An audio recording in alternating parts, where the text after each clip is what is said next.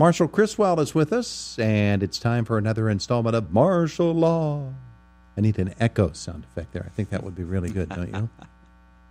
This radio program intended to be for informational purposes only. The information does not constitute legal advice. The law is constantly changing. The information may not be complete or correct depending on the date and your particular legal problem. Each legal problem depends on its individual facts, and different jurisdictions have different laws and regulations. Because of these differences, you should not act or rely on any information in this segment without seeking the advice of a competent attorney licensed to practice law in your jurisdiction for your particular problem. Marshall Chriswell is one of those. Good morning. Good morning. Good to have you with us here today. Nice to be here. It is, what is this national? It is National Make-A-Will Month. Make-A-Will Month. Yeah, that's right. Oh, why do I need one of those, Marshall?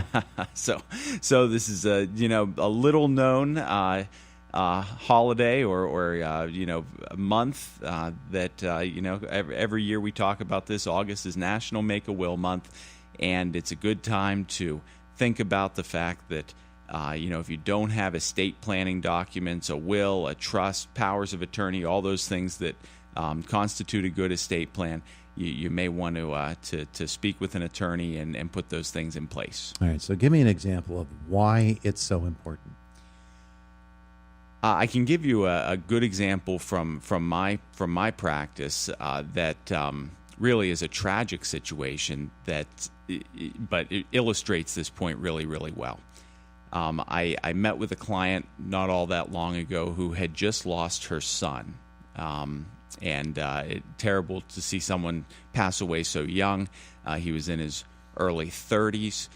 Mom came in and met with me, and I said, well, did your son have a will? And she said, no, he didn't. And that's not uncommon for young people. And I said, okay, well, we were going through his assets and liabilities, the debts that he had, and trying to plan for how we were going to administer the estate.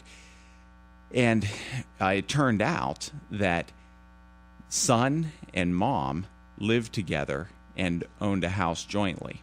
Mm-hmm. Whenever the deed was put in place, it was a joint ownership as what we call tenants in common, meaning that if and when one of them passed away, their ownership share, their 1/2 interest in that house, passes according to their estate plan. Okay? Well, son doesn't have an estate plan. Mm-hmm. So his half interest in the house, it will be distributed according to Pennsylvania law, because that's what happens when you don't have a will. You have to go by what the Pennsylvania legislature has put in place. State law takes over. State law takes over, so that's the default. So in this situation, son passes away. He didn't have any children. He wasn't married. He lived with mom. Mm-hmm. What state law says in that situation is that son's parents are entitled to inherit equally. Okay. Now, I'm telling you, son lives with mom. Mom and dad have been divorced for years. Okay. Dad's off in another state, hasn't really been around, hasn't really had any involvement with the family. So for no, a long time. Dad owns a quarter of the house. Now dad owns a quarter interest in the house, mm-hmm. that mom lives in. Okay. So that can turn into a pretty bad situation if it's not managed correctly. And now you have ex-spouses who, sometimes ex-spouses get along, but in a lot of situations they don't. Yeah. And so she's kind of at jeopardy here of potentially having to have her house sold, to pay off her ex-husband from her son's estate. It's just, we've managed to work through it. But you can just see what, not only the legal complexity that becomes involved of administering the estate and getting all that together, but also just the personal turmoil that puts someone in a time when they've lost their son, when she's lost her son. And then all of a sudden she realizes, oh my gosh, I also may lose my house, and all the stress that comes along with that. You use the word turmoil, and that certainly is appropriate for that situation. But it is the situation for so many people if they do not have their will. So had the will been in place, and the ownership gone completely to her as the other joint owner of the house, a lot of difficulties could have been avoided. Absolutely. It would have been dealt with in two different ways. Number one, I know when I meet with someone to prepare an estate plan, and they own real estate, I always want to take a look at those deeds and see how they're titled. So sure. I would have immediately said, this should not be a tenants in common deed. This should be a survivorship deed. You and your mom intend that whenever one of you pass, that the other one's going to become the sole owner in the house. That's the way the deed needs to read. And then also, creating a will that addresses it as well. So, it shows the importance of planning. That illustration shows the importance of planning and also the importance of planning for younger folks because, we don't always think about, we don't always think about that. And, it's important for younger people to have estate plans in place. If you have children, it's really important because you need to have guardianship provisions and, usually some kind of a trust or other structure in the event that you pass away and your children are still minors, things like that. But even in this case, this young man wasn't married, didn't have children, but still not having an estate plan created a big problem. So, it's interesting. Something you said there was, okay, we're talking here about preparing a will for the disposal of your property should you pass away, which eventually, I think the death rate is still one per person anyway. But you're talking about getting that will in place. But in that review process, as you were getting set to prepare a will, you would have noticed that the deed was not to their standards of what they needed to have happen. So you would pick up on things that legally should be changed in order to have their wishes for the enactment of that will. That's right, and I don't know, if everybody does this, but I know when I review, prepare an estate plan for someone, and we sit down, I want as much information as I can. And now we've talked about the fact that whenever you come in for your initial consultation for an estate plan, you don't need to bring all those documents. Yeah. But as part of my preparation, my review before preparing the plan, I go and get, if there are deeds on record at the courthouse or if you hold mineral or oil and gas interests, and I need to research those or pulling tax assessments and things. I generally do a pretty thorough review to see, okay, let's make sure all of our bases are covered because just slapping together a simple will, isn't sufficient. There are so many different aspects and layers to a good estate plan. That's what you need to do. Yeah. So the young people, they should be considering this as well, especially in a complicated situation such as the one you described. But really, anybody that is out on their own and away from the protection of their parents, that's the time to think about getting this done. It is. I just can't stress it enough. Having these things in place is not only peace of mind for you, because I know whenever I put together an estate plan for somebody and we have that final meeting, and whether it's a married couple that comes in and signs their wills and powers of attorney, trusts, whatever documents we have, or whether it's a single person, I know at the end of that meeting, almost always, that they say, wow, I'm really relieved to have this done. Yeah. So there's that aspect, is the personal just peace of mind that you've done it. But also it really is a gift to give to the ones that you leave behind. Yeah. Now, that being the case, we're talking about the initial will.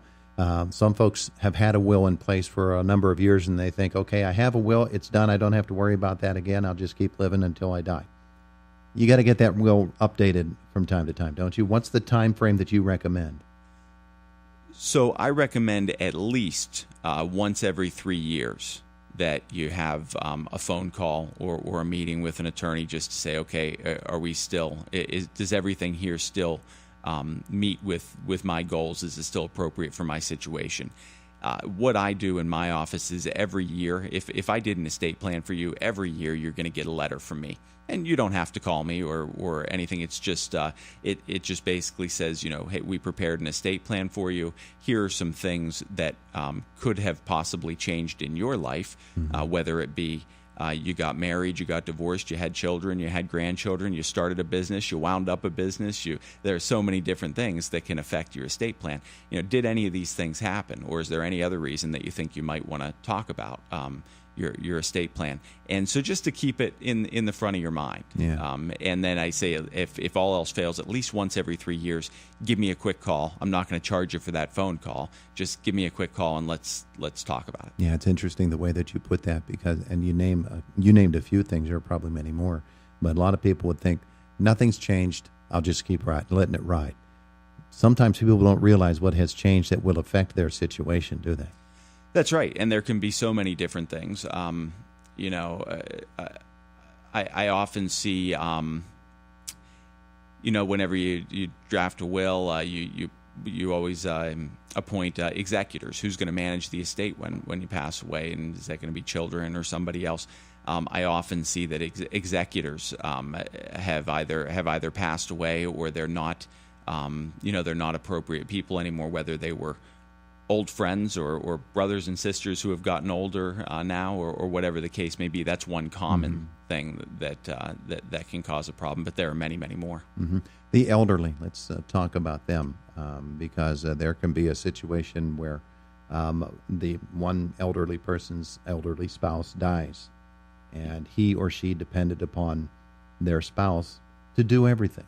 Right. There comes a time when they have to realize that they're both not going to live forever, and the one that we're depending upon might not outlive me, so we need to put something in place before that person passes away. Yes? Yeah, we need to, you need to think about that eventuality.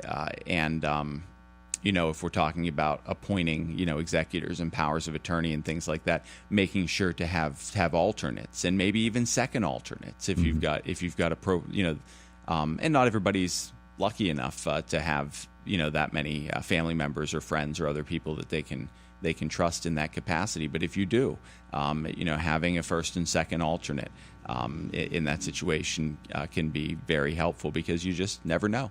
Yeah, you absolutely don't. And that's all part of an estate plan, which goes into coming up with that final will. That's right. Yeah. All right. He is Marshall Chriswell with us here this morning. So, folks, and you mentioned that initial consultation and not having to drag every slip of paper that you've been gathering up in shoeboxes for a long time. That initial consultation is a great get-to-know-you moment, but it also gives you a chance to sort of get the lay of the ground in a particular person's life, so that you can say to them, okay, this is what our next step will be. That'll be a different next step, depending upon who that person is and what that person has. It is, and like I mentioned, sometimes there's some research and things to do on my end to make sure that we're dotting I's and crossing T's, but like you said, the biggest thing is, don't wait to call for an estate plan consultation, because if you put it off and say, well, I want to get my bank statements and investment statements. Oh, I've got to find the old original deed for the house. Where's that at? It's in a drawer somewhere. You're never going to do it, and because it's very, very easy to put this stuff off. It's not something that anybody wants to think about. So just make the appointment. You don't need to bring anything. We can talk generally at first, and then I can drill down and get more specifics as I need to. 1 week left in Make a Will Month. It doesn't mean that after Friday you can't make a will. Okay, but it should mean that right now you start thinking about that and then make the call. Someone wants to call you and talk about making a will. What do they need to do? The phone number is 724-465-5826. You can always stop and see us in the Atrium building downtown, or go online to www.westernpalawyer.com. He is Marshall Chriswell, attorney at law. Thank you for joining us. It is the voice of Indiana County, WCCS.